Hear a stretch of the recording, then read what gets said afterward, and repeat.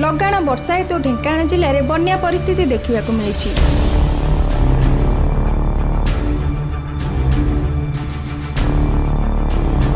ब्राह्मणी नदी फुलुवा बेले अनेक चाष जमी और ग्राम जलमग्न।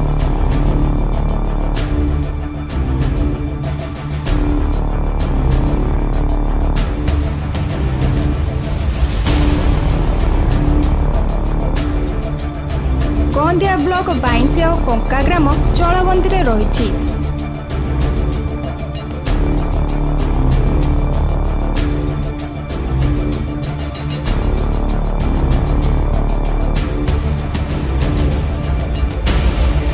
केंगुटिया कंदपाल रोड रे वर्षा जल प्रवाहित होउछि। भुईपुर रे चाष जमी जलमग्न रे रही।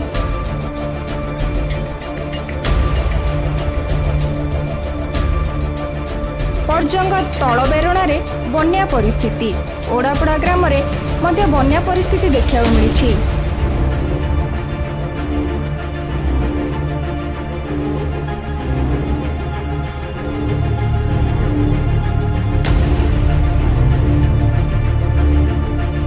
ब्राह्मणी नदी रे एक गाई चोराली भासी जाउथबा बेले ग्रामवासी तांको उद्धार करछन्ती।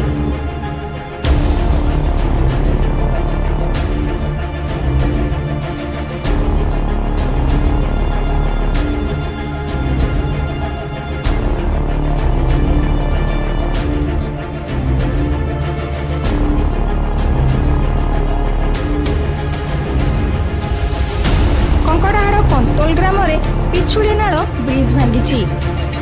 सदर ब्लॉक सांकुलेई ग्राम में चाष जमी और घर जलमग्न।